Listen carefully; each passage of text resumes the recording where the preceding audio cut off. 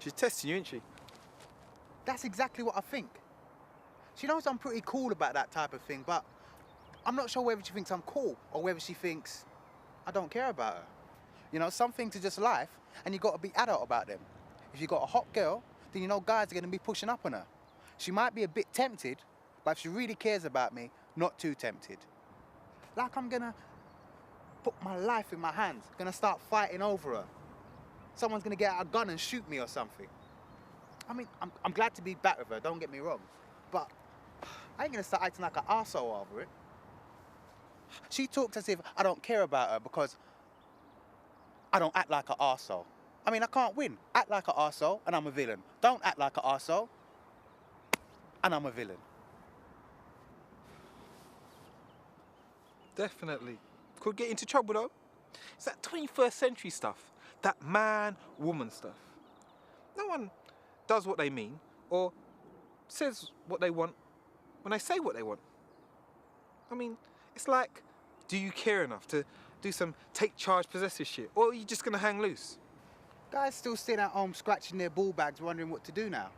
If I take a woman out for a meal and I offer to pay, does that make me a man? Does it make me a gentleman? If I take a woman out for a meal and offer to split the bill, does that mean I'm trying to buy her? Trying to buy the pussy? No, it means you're looking as cheap as hell. Trust me, I know. And I've never had a woman that's objected to me paying. I mean, I've heard about women objecting, but I ain't had one.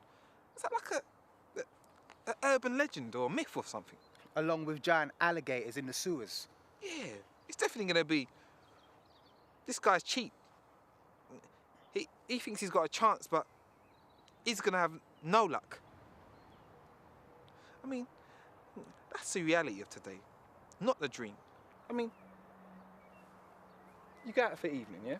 And in the evening, you want to split the bill. Now, the 21st century, yeah, dream situation is, oh, this guy's so considerate. He's respects my independence, my financial stability. He's not part of that old way of thinking. I'm gonna let him go into my duvet. The real situation is this. This guy's a cheap clown. He can't even stump up for a meal. And even worse than that, yeah? This minimum wage hustler that can't do anything for me anyway. Actually, I've had a couple of women and they've insisted on splitting the bill. Not no big time argument, but you know. They said they were happy on splitting, yeah? Exactly. What, and you done the deed with them? Well, one I did, the other I didn't.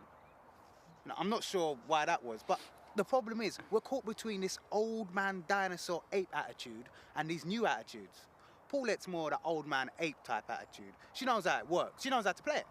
I reckon, yeah, Paulette's upset because she expects a man, especially a black man, to get upset when another man comes over to her. She's giving you grief because you're not acting up. But it's supposed to be a good thing if the guy doesn't act up and play like an arsehole. Why is it if a man doesn't play like a fucking arsehole that she sees some ulterior motive? Ooh, all this intrigue, and you only just started getting back together again. Well, who said life's fucking boring, eh?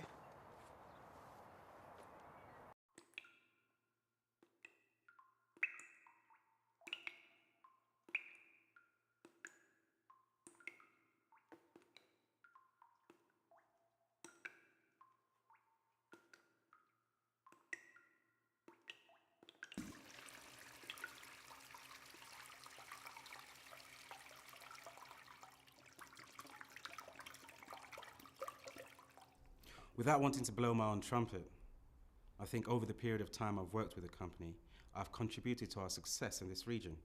My team has maintained high levels of turnover and growth. I've worked very hard, put in a lot of long hours, and met all targets I was set. Absolutely, I know that. The other managers know that too. I think it's time for a vertical move. I've been very patient, and I've gone as lateral as I can go.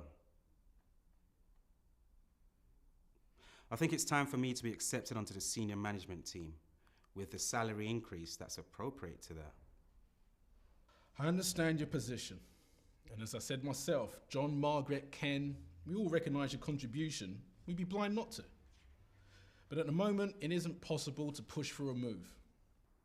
You know about the politics of the senior team and with Mark's team. The changes that are planned, it's not the best time. I was promised this. I deserve this. I know I made you a promise, but I also said it would happen in due time. Well, to be blunt, the time is due.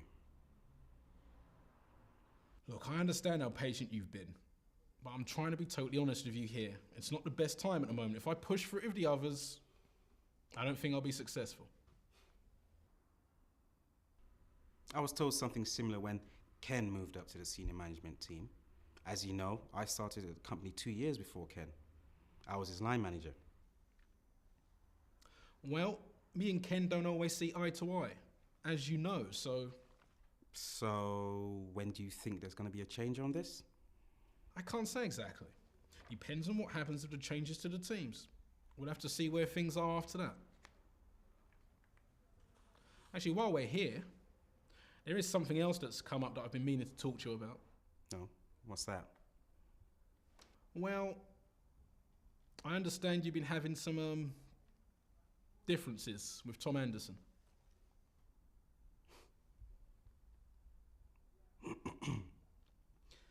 Differences? I wouldn't call them differences. When I ask him to do something that is part of his job responsibility, he doesn't do it, refuses to do it repeatedly, then I have to tell him, this is a serious problem for me and my team. It might be better all round if you made a greater effort to get along with him. I mean, you don't want this to mushroom and turn into something nasty. That does nobody any favours. I think I get along with most of my junior staff, and as far as I know, since I've been with the company, no one has made a complaint against me. Has Tom made a complaint? No, of course not. It just might be better to make them make some effort to get along with those you manage. I think I get along with most of my team, but at the end of the day, I am Tom's manager. If I ask him to do something that's not unreasonable, that will benefit the company and the team, then he should do it. Any other manager will be looking to give Tom an official warning by now. And if he thinks I'm demanding something unreasonable, then he should bring it up between me, him, and yourself in an official meeting. Then we can sort it out. Well, I don't think there's any need for that. Things don't have to reach that stage, okay? I think Tom's a problem. And I think if this is brought up in an official meeting, then we can clear things up once and for all. I think that would be a bad choice. You should just let this all go away. I'm sure if you made an extra effort with him, made him feel like he's an important member of the team, any differences between you could be straightened out.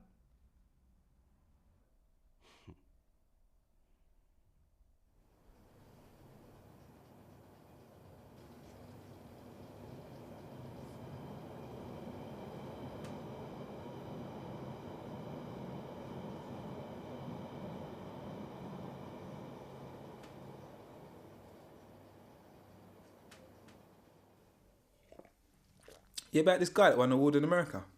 No. Who's this? Some London rap guy. I can't remember his name. Won some big music award out in the States at Best Hip Hop Newcomer or something like that. It was on the news. I haven't caught the news today, man. And neither have I. Jeff told me about it, innit? You know Jeff? How is he? Nah, Jeff's good. Really good. Mad about this guy winning though. Reckon kids are going to see this guy hit the big time, try and do the same, forget about school. I probably agree with Jeff. Kids are impressionable with that kind of thing. You know, wanting to mess around, thinking things will work out. But it doesn't happen. I didn't see that. I thought good on you that he won. You know, you can see he's a true London boy. Inner city kid. Kicked out of school. Now he's got a break in there. Hey, Carl. I'm gonna have to split. I've got some work that I need to finish. So, I'll chat to you tomorrow, okay? Alright, cool. I'll catch up with you Wednesday, yeah? Peace out. Peace.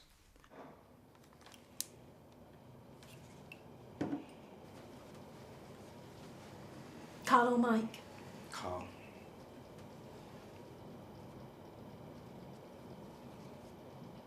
Forget about work.